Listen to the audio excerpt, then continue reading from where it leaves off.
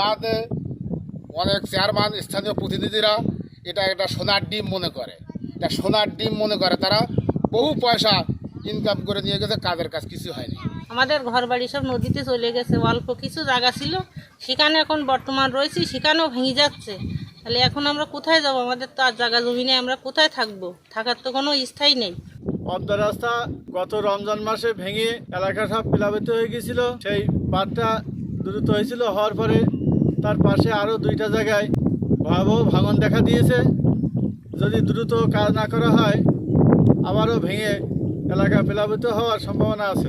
কি খুব দুর্দিন অবস্থা, আমার কোনো বসবাস করার আশ্রয় নেই।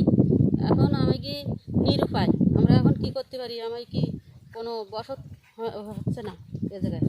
গাছ দেখা যেতে ওই গাছের ধারে ছিল আগে অবদা, সেখান থেকে অট্টি এই পর্যন্ত আইছে।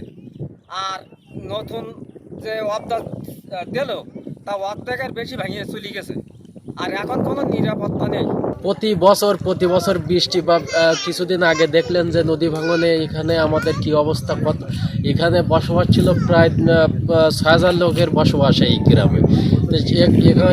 এই ভাঙনের কারণে, প্রতি বছর ভাঙনের কারণে প্রায় 2,500 লোক ভেটা বা বসতি হারা।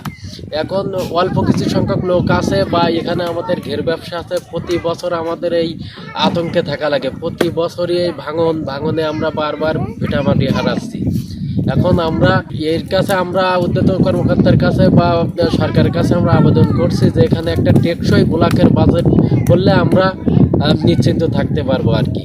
এখানে যত মানুষজন ছিল তারা আস্তে আস্তে মনে করো যে বাড়িঘর সব নদীর ভিতরে চলে গেছে, উঠে আস্তে আস্তে চলে গেছে।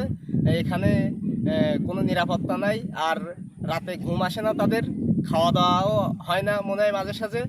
কারণ ঝড় বৃষ্টি, পানির চাপ বেশি থাকলে তাদের টেনশন হয় যে আমরা কিভাবে থাকবো এখানে। কারণ এখানে যদি এই রাস্তাটা সুন্দরভাবে যদি ব্লক করানো হয় তাহলে মানুষজন এখানে সুন্দরভাবে বসবাস করতে পারবে।